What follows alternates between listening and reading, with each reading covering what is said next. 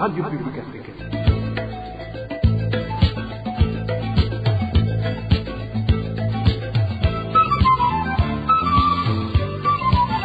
Radio Publique Africaine.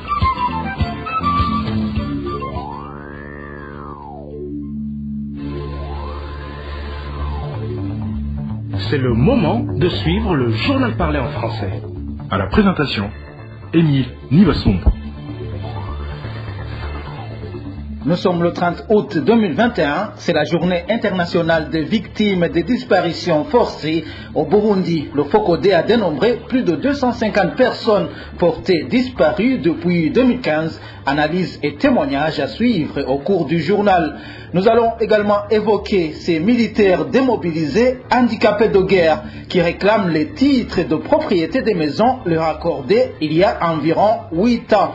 L'avenir des enfants est hypothéqué à Naki Valley. C'est ce que pensent certains parents burundais après une longue suspension des cours. Une suspension liée à la lutte contre la propagation de la Covid-19 dans ce camp des réfugiés situé en Ouganda. Nous allons également en parler à la fin du journal.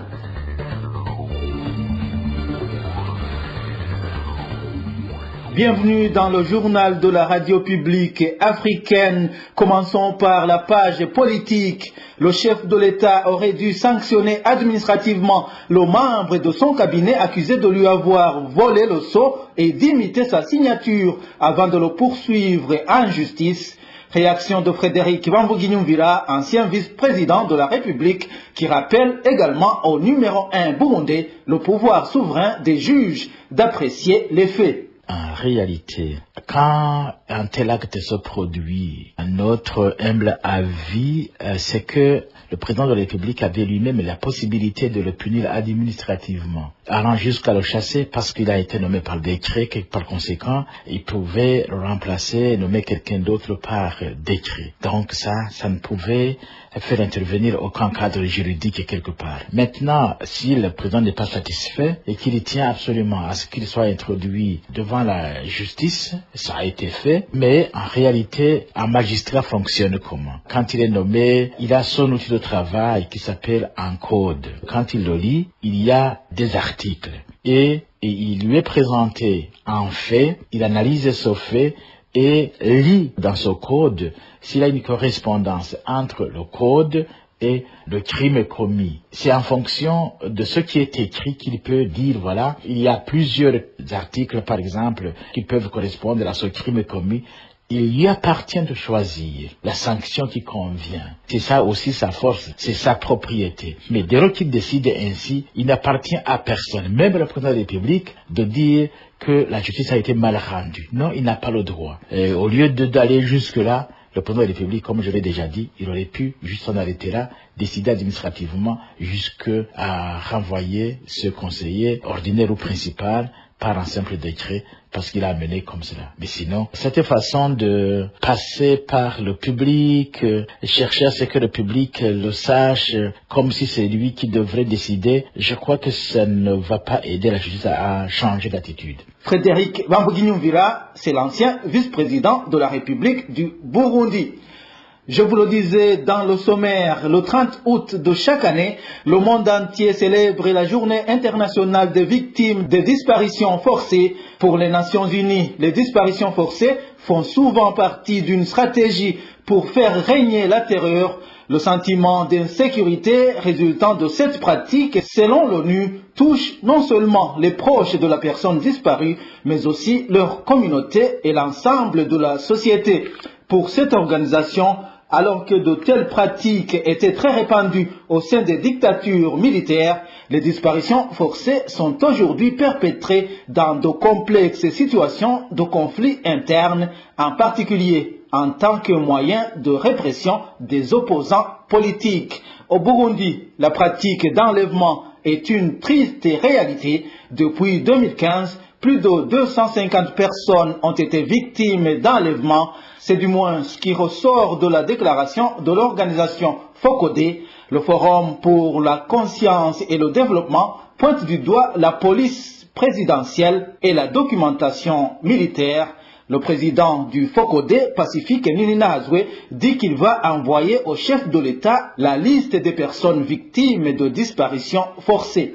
Au moment où les plus hautes autorités du Burundi continuent à nier le phénomène de disparition forcée au Burundi, le FOCODE peut confirmer aujourd'hui que plus de 250 personnes ont été arrêtées et ont disparu entre 2015 et 2021. Le FOCODE confirme également que le phénomène de disparition forcée continue en 2021 sous le régime du président Evariste Ndayishimiye. Et c'est pour cette raison qu'au courant de cette semaine, le FOCODE va envoyer au président Evariste Ndayishimiye une liste de plus de 200 personnes victimes de disparition forcée au Burundi en réponse à sa demande du 14 juillet qu'il lui soit donné au moins un nom d'une victime de disparition forcée. Deuxièmement, le FOCODE est fortement préoccupé par la généralisation des pratiques illégales par le Service national de renseignement qui aujourd'hui, chaque fois qu'il arrête des personnes soupçonnées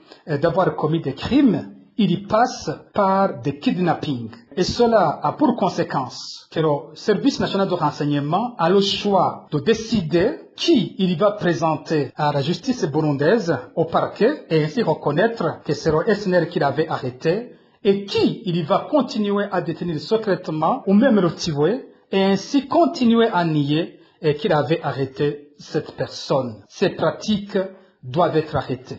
Troisièmement, le FOCODE est préoccupé par de plus en plus d'implications du renseignement militaire dans l'arrestation des civils. Et chaque fois que le renseignement militaire arrête des civils, il ne reconnaît pas qu'il les a arrêtés et parfois ces personnes finissent par être victimes de disparitions forcées.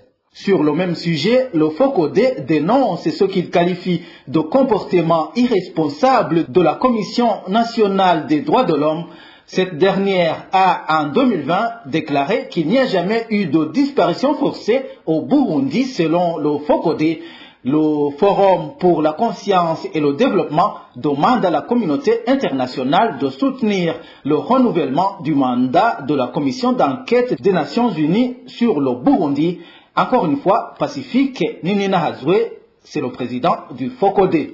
Le FOCODE dénonce enfin le comportement irresponsable de la Commission nationale indépendante des droits de l'homme, qui se comporte aujourd'hui comme un organe de maquillage des crimes graves du régime au Burundi, notamment des crimes de disparition forcée.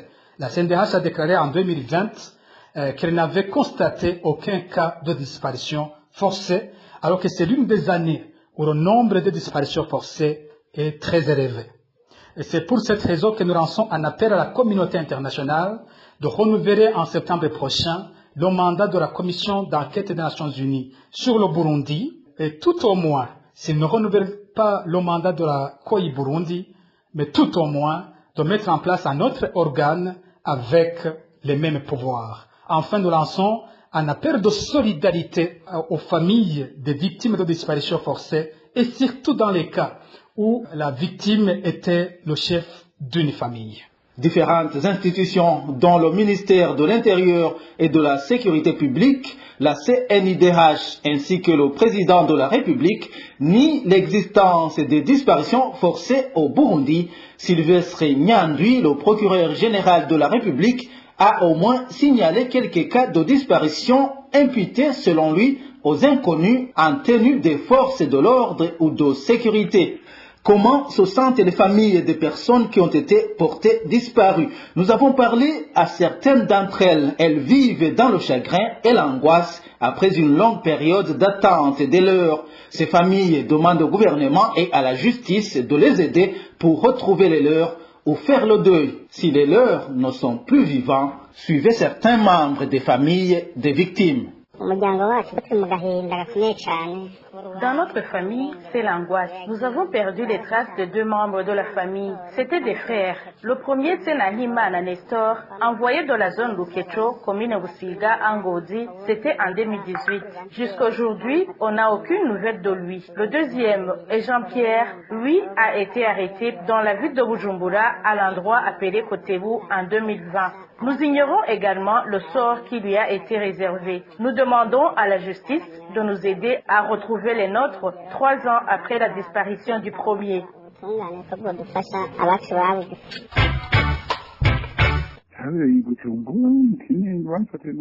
La victime était allée rendre visite à son ami qui vivait dans la zone Kinindo, dans la ville de Bujumbura. C'était le 21 octobre 2015. Alors qu'ils partageaient un verre, ils ont été tout d'un coup encerclés par des véhicules de la police chargés de la protection des institutions API, une unité qui était dirigée par Désiré Ouamahoro. Ils étaient lourdement armés. Ces policiers les ont tous embarqués dans des véhicules de type pick-up vers une destination jusqu'à maintenant non encore connue. Nous avons cherché partout, dans tous les cachots, mais on n'a jamais eu de nouvelles de ces 2 garçons. Nous demandons au gouvernement et à la justice de faire tout et nous aider à connaître ce qui est arrivé à nos enfants. S'ils sont morts, nous voulons aussi le savoir pour les enterrer dignement et organiser la levée de deuil.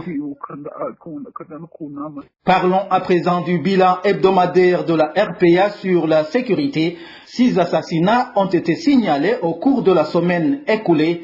Les victimes sont originaires de 5 provinces. Une d'entre elles a été tuée et son cadavre est brûlé. Marie-Ange Irakoze. En province Rutana, une personne de la colline Butovzi de la commune Rutana a été tuée à coups de machette par des habitants de la localité qui ont même brûlé son corps. C'était samedi dernier. La victime était accusée de sorcellerie. En province Bubanza, une septangénaire prénommée Monique a été retrouvée morte dans le champ situé sur la colline et zone Mitakataka en commune Bubanza vendredi dernier. Nos sources à Mitakataka disent que la victime avait des blessures sur la tête. Selon toujours nos sources, la victime est partie jeudi dernier à la recherche du bois de chauffage pour être retrouvée sans vie. Jeudi dernier, une personne a succombé à la torture lui infligée par des Imbonerakure sur l'ordre de chef de zone Kibago et non chef de zone Bukeye, comme nous l'avons dit dans le journal d'hier. La victime a rendu l'âme au cachot du commissariat de la commune Kibago, province Makamba. La victime était accusée de voler des vaches au marché de Maragarazi. Elle était originaire de la commune Mabanda, province Makamba. Toujours en commune Kibago, province Makamba, un Imbonerakure du nom de Jean Bosco Ndiokugayo a été tué à coups de machette par ses camarades d'Imbonerakure mardi dernier. Les sources sur place indiquent que ces Imbonerakure se sont disputés car ils ne s'étaient pas entendus sur comment partager ce qu'ils avaient volé. En province Muramvia, un certain Omer Daishimiye a été fusillé par un groupe d'hommes armés. Alors que la population locale parle d'un grand groupe d'hommes armés qui étaient de passage dans la localité, la police, elle, affirmé qu'il ne s'agit que des bandits armés qui venaient pour voler des vaches sur la colline Musongati, commune Kiganda, mercredi dernier. La victime était Sentinelle. La dernière personne sur la liste du bilan dressé par la rédaction de la RPA est une femme du nom de Violette Chimilimana, âgée de 20 ans. Son corps a été découvert tout près de son domicile sur la colline Gasuru, commune Gasogwe, lundi dernier. Son mari a été arrêté pour des raisons d'enquête. Dans un instant, nous parlons gouvernance. RPA.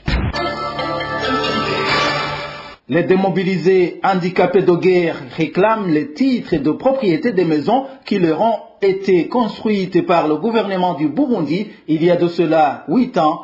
Ils reprochent au directeur général du département des anciens combattants de ne rien faire pour qu'ils soient rétablis dans leurs droits. Le point avec Onésime Dushimagize. Ces handicapés de guerre reprochent au directeur général du département des anciens combattants, le colonel Oscar Nzikouriho, de ne rien faire pour qu'ils soient rétablis dans leurs droits. Depuis sa nomination à la direction générale des anciens combattants en 2015, notre dossier a cessé d'avancer. Le colonel Ndikoruriho Oscar ne nous aide en rien. Il n'accepte pas de nous recevoir pour écouter nos doléances. Cela est vrai, monsieur le journaliste. On se pose la question de savoir à qui ils vont donner ces titres de propriété, s'ils refusent de les livrer aux ayants droit. C'est très inquiétant. Une lettre qui lui a été adressée, qui parle de nos revendications, est tombée dans les oubliettes.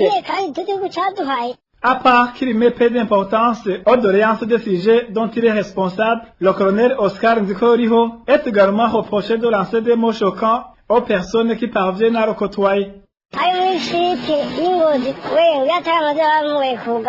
Il a dit aux handicapés de guerre de site de Burengo Ngozi qu'il est bien portant grâce aux handicapés de guerre. À ceux du site Rumonge, il leur a indiqué qu'ils veulent manger de l'huile tout en ignorant d'où proviennent des palmes à huile. Vous imaginez combien il se moque de nous? Lui, il est bien portant, mais nous avons gâché notre vie sur le champ de bataille pour qu'il garde nos titres de propriété. À nos petits-enfants, nous avons conclu qu'il a voulu montrer que ces maisons appartiennent au ministère de la Défense nationale, ce qui n'est pas du tout vrai.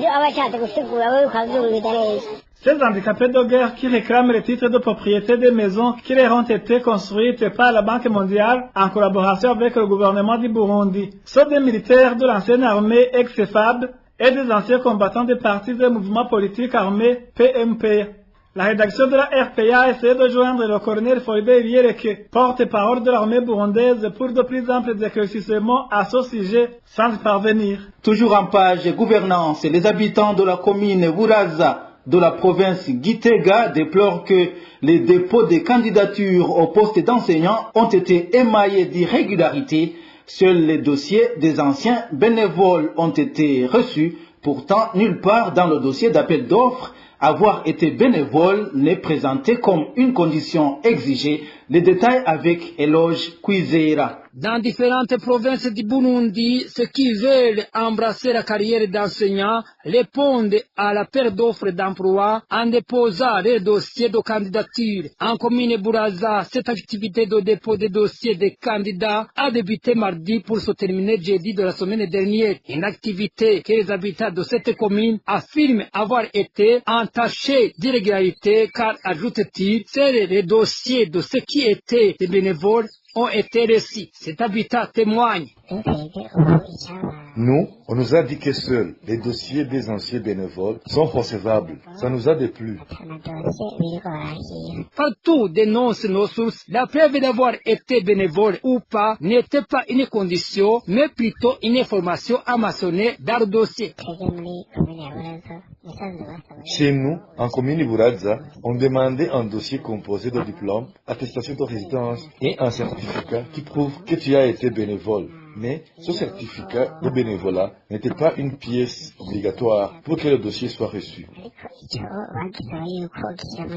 Dans d'autres communes de cette province Gitega, ce certificat de bénévolat n'est pas exigé. Les habitants de Buraza demandent donc que la loi soit respectée de la même façon dans tout le pays et que tous les candidats éligibles reçoivent les mêmes chances de concourir à ces postes d'enseignants. La rédaction de la RPA a essayé de joindre Jean-Marie Ndayahose, directeur de l'enseignement en commune Buraza, mais sans succès, de même que le directeur de l'enseignement en province Gitega. Ils demandent qu'ils soient réaffectés à leurs anciennes écoles de prestations compromis par le ministère de tutelle.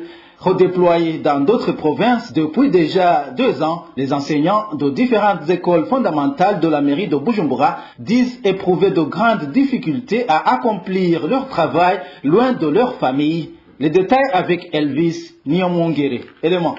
Ces enseignants de la mairie de Bujumbura indiquent qu'ils avaient promis de réintégrer les écoles d'origine une fois que le ministère de l'Éducation ait recruté de nouveaux enseignants. Une promesse qui n'a pas été honorée, comme le souligne cet enseignant. Nous sommes des enseignants qui ont été redéployés loin de nos familles. Ils nous avaient dit qu'ils allaient nous offrir l'opportunité de retourner travailler à la mairie de Bujumbura. Mais suite à l'injustice qui règne au Burundi, ils ont refusé carrément de nous autoriser à retourner à nos anciens poste de tâche.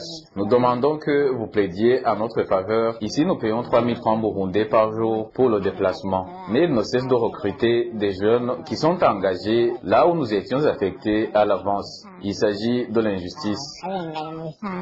Habituellement, ces enseignants font savoir qu'ils mènent une vie difficile car la majorité est obligée de louer des maisons puisqu'ils se trouvent loin de sa famille et le maigre salaire empire la situation déplorable.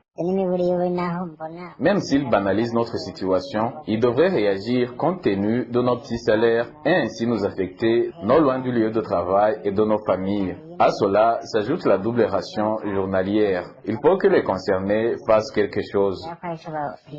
Les sources de la RPA, on sait de ces indicateurs, regrettent le fait que le gouvernement a déjà recruté de nombreux enseignants des fois au niveau national, mais sans toutefois régler les problèmes. Nous n'avons pas pu joindre le ministre de l'Éducation afin qu'il s'exprime sur le cas. Pour clore ce chapitre gouvernance, les militaires ne sont pas gérés comme d'autres fonctionnaires car cela peut engendrer de mauvais comportements de leur part. Propos de Gratien Rukindikiza, ancien officier de l'armée burundaise. Il réagit aux grognes des militaires du 121e bataillon affecté en commune Mabayi de la province Cibitoke. Ces derniers accusent leur commandant, le lieutenant-colonel Didas Gwanineza, de les maltraiter et de détourner certains de leurs vivres. Gratien Rukindikiza explique aussi qu'une des conséquences possibles est la désobéissance. En principe, le commandant de camp n'est pas l'employeur. C'est pas comme l'employeur dans le privé. On a des salariés et il y a l'employeur. C'est un autre mode, c'est un autre style. Le commandant, c'est lui qui manage, qui organise. Il n'est pas vraiment l'employeur en soi. Ce qui fait qu'il conduit les gens pour faire la guerre. Il doit faire tout pour que les militaires l'admirent, pour que les militaires aient confiance en lui et qu'ils se disent finalement, celui-là, il est juste pour nous. Si on part à la guerre, on peut se sacrifier, on va se battre pour que le bataillon ait des succès, chasse l'ennemi par exemple. Mais il ne faut pas que ça soit dans une situation où les militaires peuvent se dire pourquoi se battre pour ce commandant de camp qui nous fait tant de misère. C'est une très mauvaise chose si les militaires en arrivent à ce point. Dans l'histoire, on sait bien que même que ce soit les guerres mondiales ou autres guerres, on sait bien que le commandant de bataillon, de régiment, même le général qui commande les divisions, c'est lui qui a gagné la bataille. Souvent, c'est un homme qui était aimé par les militaires.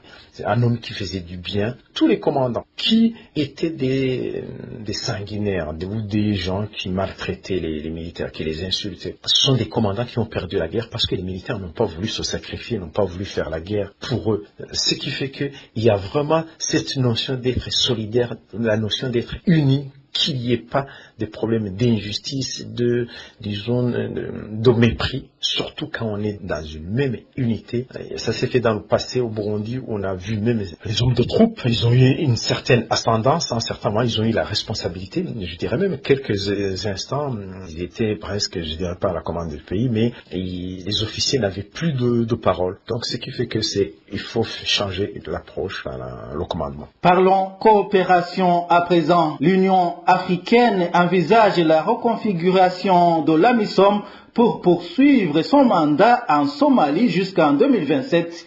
Cela transparaît dans un article publié ce 27 août dans le journal The East African. Selon l'article, les problèmes financiers et la divergence d'avis entre les principaux protagonistes dans la subvention de cette mission seraient à l'origine de cette option.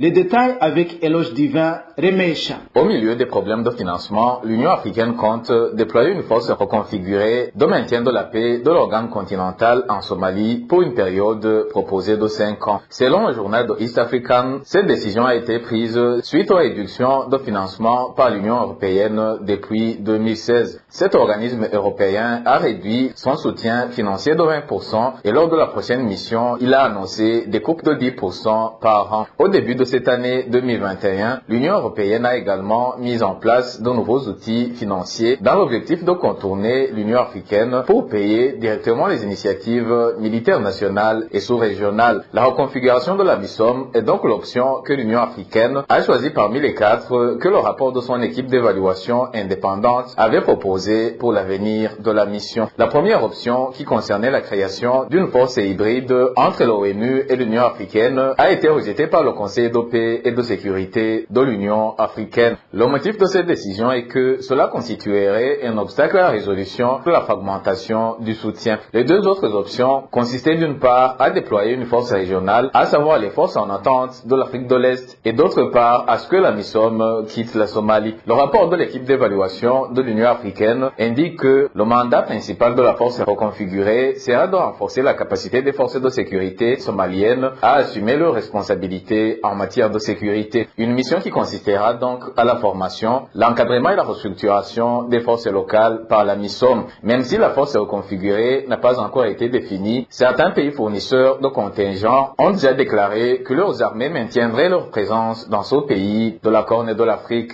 Dans un instant, nous allons parler de la carence du mazout à Bujumbura. Il y a persistance de la pénurie du carburant de type mazout à Bujumbura, la capitale économique du Burundi. Le ministère en charge de l'énergie avait pourtant annoncé que ce problème avait trouvé une solution il y a de cela plus de 10 jours. Aimable Nishimwe nous fait le point. C'est la voix d'un utilisateur de carburant de type mazout qui se lamente car il vient de passer des jours à la recherche de ce carburant sur les différentes stations-service de la ville de Bujumbura, mais en vain. Je viens de passer plusieurs jours dans la ville de Bujumbura à la recherche du mazout. Ils ne peuvent même pas nous donner un litre de mazout. Plusieurs pompes sur les stations-service sont éteintes. Et si tu oses demander pourquoi le carburant n'est pas disponible, ils te répondent d'aller poser cette question au ministre de tutelle. Si ce n'est que l'essence qui est disponible sur certaines stations, le mazout est devenu une denrée très rare à trouver. Pourtant, dans son discours du 19 août 2021, Leonidas Sindaigaya, le porte-parole du ministère de l'Hydraulique, de l'Énergie et des Mines, avait annoncé que le problème de pénurie de carburant était résolu, expliquant que les stocks sont suffisants, que le problème avait été une mauvaise distribution. Le ministère de l'Hydraulique, de l'Énergie et des Mines voudrait porter à la connaissance du public ce qui suit. Primo, la quantité de carburant des produits pétroliers dans les stocks, les importations en cours, les produits en commande sont suffisants au niveau national. Deuxièmement, l'apparente pénurie qui s'observe sur le territoire résulte de quelques défaillances dans le circuit d'approvisionnement de ces produits. Une stratégie a été trouvée hier de commun accord avec les importateurs et cette stratégie prendra effet à partir de ce jeudi 19 août 2021. Nos sources habitantes de Bujumbura doutent de la véracité de ces explications du ministère car plus de 10 jours après la pénurie du carburant de type gazoil s'observe toujours et de demander au ministère de l'Hydraulique, de l'Énergie et des Mines de donner la vraie raison de son manque de carburant au Burundi et le pourquoi ils ne parviennent pas à trouver une solution durable à ce problème. Le ministère de tutelle avait annoncé il y a une semaine et demie que la pénurie de mazout allait être résolue car les stocks de carburant sont pleins. Alors si c'est le cas, quel est le problème qui cause cette pénurie dans la ville de Bujumbura et partout dans le pays? Que le ministre puisse également bien déterminer la station-service qui peut encore servir le mazout pour que tous les citoyens se dirigent.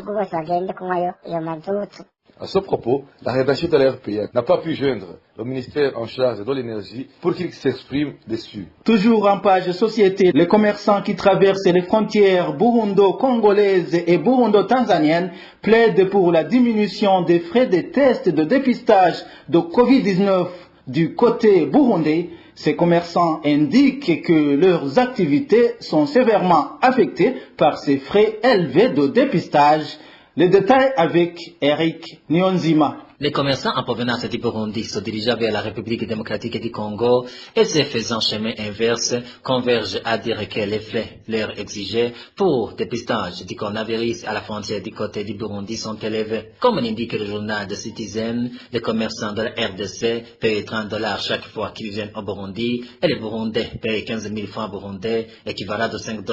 Nos sources parmi les commerçants précisent que les résultats du test faits du côté du Burundi ne sont valables semble que pour initier la rentrée, alors que du côté de la RDC, ces résultats ont une validité de 14 jours. La situation est pareille aussi pour les commerçants qui traversent la frontière burundo-tanzanienne. Demandant la diminution de ces flux, les commerçants transfrontaliers ont expliqué lundi dernier à l'équipe de l'organisation commerciale de la région qui était en visite à la frontière burundo-tanzanienne de Gatumba que ces flux payés à chaque voyage ont un impact sur leurs activités. N'ayant beaucoup de moyens, ils touchent à leurs capitaux pour pouvoir payer. Madame Kitumaini Bagula Espérance, l'une des membres de cette équipe de l'organisation commerciale de la région, a reconnu que la réduction des flux des tests de la COVID-19 est l'un des moyens d'améliorer l'activité de ces commerçants transfrontaliers, dit-on dans son numéro du journal de Citizen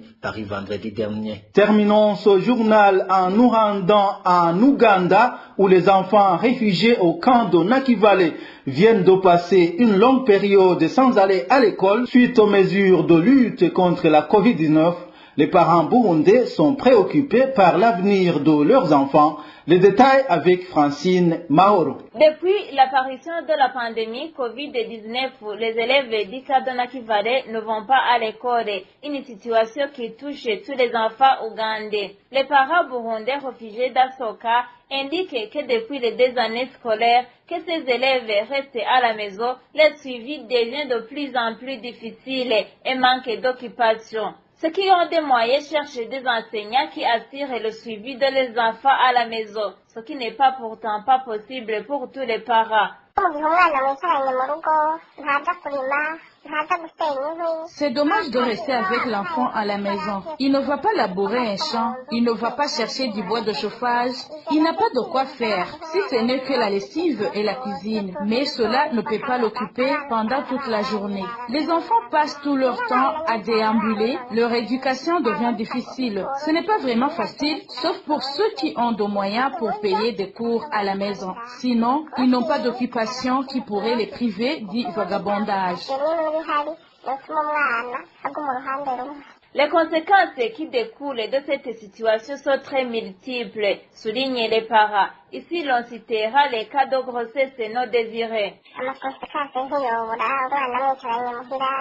Des conséquences ne peuvent pas manquer quand les enfants restent à la maison.